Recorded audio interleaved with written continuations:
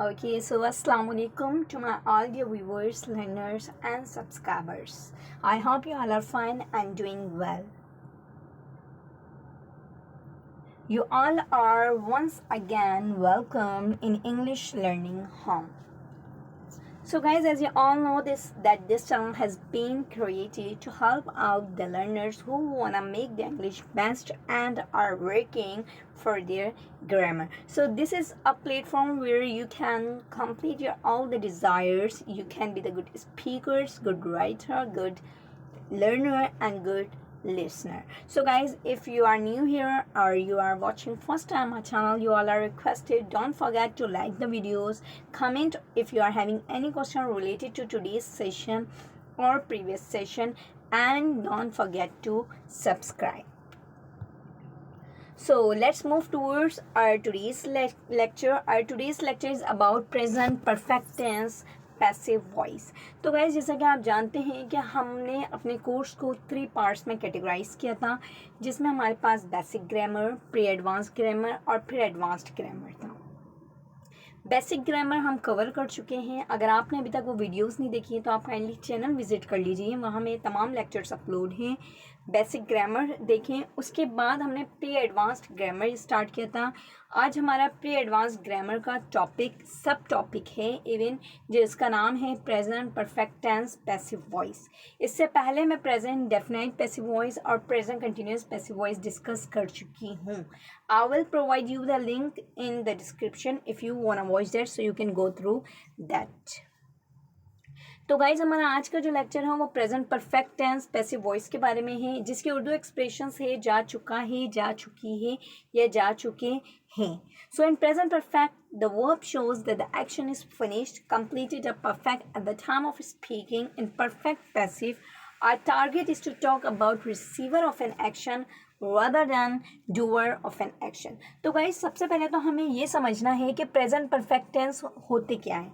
Present perfect tense में action show, उस action को शो किया जाता है जो at the time of speaking, जिस वक्त आप बात कर रहे हैं उस वक्त वो एक्शन कंप्लीट या फिनिश हो चुका है. और अगर हम पैसिव वॉइस की बात कर लें तो पैसिव वॉइस में गाइज हमारा फोकस होता है डूअर ऑफ एन एक्शन के बारे में बात नहीं करना, बल्कि रिसीवर ऑफ एन एक्शन के बारे में बात करना. मतलब हम जो प्रेफरेंस देते हैं वो हम ऑब्जेक्ट को देते हैं rather than subject. So you can see the example, homework has been done. Homework किया जा चुका है. अब हम यहाँ पे इस बात पे फोकस नहीं कर रहे हैं कि किसने किया है homework, like who is the subject here, but our focus is to see that who has done this work. Like our focus is to mention object rather than subject. Second example is food has been cooked. खाना बनाया जा चुका है. Now हम यहाँ पे इस चीज़ को नहीं देख रहे हैं कि खाना किसने बनाया है. हम फोकस कर रहे हैं कि खाना क्या बनाया जा चुका है, मतलब जो काम हुआ है वो कौन सा काम हुआ है और काम किस पे हुआ है. मतलब हमारा फोकस ये नहीं है कि खाना किसने बनाया. So whenever you talk about an object, so you use passive voice, and whenever you talk about subject, you use active voice. जब भी आप subject को preference देते हैं तो आप active voice use करते हैं, and whenever you give prior to object, so you use passive voice. Passive voice आप जब भी use कर सकते हैं whenever you don't wanna show or you don't wanna mention the doer of an action. मतलब आप कोई बात कहना चाहते हो और आप इसमें नहीं mention करना चाहते कि वो काम किसने किया है, so you use passive voice. Okay, so guys, जैसा कि आप जानते हैं कि किसी भी सेंटेंस को बनाने के लिए, सेंटेंसेस फॉर्मेशन के लिए पहली चीज़ होती है हमारे पास उर्दू एक्सप्रेशंस, जो मैंने आपको बता दिए हैं. उसके बाद definition, and after that syntax या formula. Without formula, you cannot make sentence in a proper manner or in a correct way. So this is a very important part. बहुत ज़्यादा important part है. Formulas आपको clear होने चाहिए. तो guys, as I have repeated number of time in most of my lectures, कि sentence को आप 4 तरीके से बना सकते हैं: affirmative, negative, interrogative, negative. तो अगर आप अफर्मेटिव बनाएंगे तो वहाँ पे ऑब्जेक्ट स्टार्टिंग में, उसके बाद has, have been, third form of verb, by and then subject. if you want to make negative तो आप not बीच में पुट करेंगे, और affirmative के लिए हम has और have को स्टार्टिंग में लेके आएंगे. affirmative negative के लिए has have subject के बाद not पुट करते हैं. सो गाइज, जैसा कि आपको पता है परफेक्ट प्रेजेंट परफेक्ट टेंस के ऑक्सिलरी वर्ब दो हैं, हैज़ और हैव. हैज़ हम यूज़ करते हैं ही शी इट और with any singular name, and have is used with I you we they. Okay, so let's come here with sentences formation. If I say that clothes have been sold, कपड़े बेचे जा चुके हैं. अब ये active नहीं passive है, क्योंकि हम यहाँ पे डूअर ऑफ एन एक्शन की बात नहीं कर रहे हैं कि कपड़े किसने बेचे. हम बात कर रहे हैं कि काम किसके ऊपर हुआ है, मतलब रिसीवर ऑफ एन ऑब्जेक्ट के, रिसीवर ऑफ एन एक्शन के बारे में बात कर रहे हैं, ऑब्जेक्ट के बारे में बात कर रहे हैं. सो दिस इज पैसिव वॉइस. तो फॉर्मूले के अकॉर्डिंग पैसिव वॉइस में हम पहले ऑब्जेक्ट पुट करते हैं, उसके बाद has, have, been, third form of verb. तो यहाँ पे हमारा ऑब्जेक्ट है clothes. Clothes is plural, so it will take have, not has. So clothes have been sold. Negative के लिए clothes have not been sold. For interrogative हम have या has जो हमारा auxiliary verb होगा उसको starting में put करेंगे. Have clothes been sold.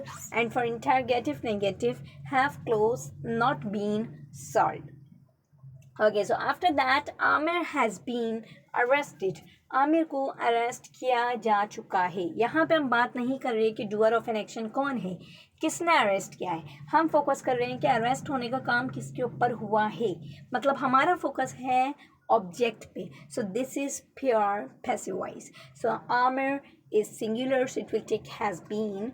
Aamir has been arrested. Amir has not been arrested, or if you want to make it interrogative, so has Amir been arrested, has Amir not been arrested. This is how the sentences are made. So guys, you can see here the conversion कि अगर आपको active कोई sentence दिया जाता है and you are asked to convert in passive voice, so how will you do that? This is quite easy. You can see the first example. She has messaged me. उसने मुझे message किया है. This is active voice. Why? Because यहाँ पे काम करने वाला mention है. She is mentioned here. Now you have to convert it into passive voice. Passive में हम पहले object put करते हैं. यहाँ पे object क्या था? She has messaged me. काम किसके ऊपर हुआ मैसेज करने का? me पे. तो me subjective case में starting में आ जाएगा, मतलब I बन जाएगा. आई के बाद हमने या तो हैज़ बीन या हैव बीन यूज़ करना है. जैसा कि आप जानते हैं कि I always carry have been. So I have been messaged by her. Ahmed has decorated the room. The room has been decorated by Ahmed. Sarah has plucked flowers.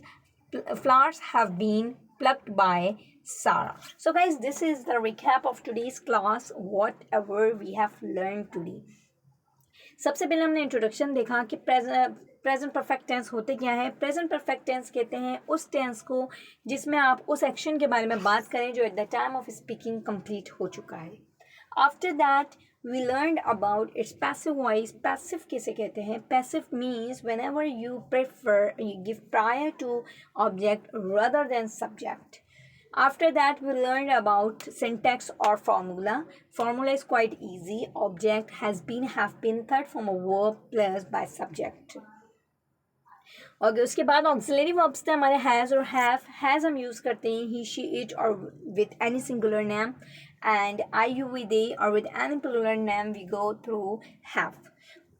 After that we learned about sentences formation कि sentences formation क्या होती हैं, and the last we did conversion.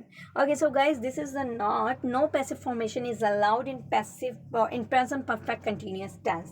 जैसे कि आप जानते हैं कि मैंने अपने previous lectures में आप सबको tenses पढ़ाए, active, just active tenses.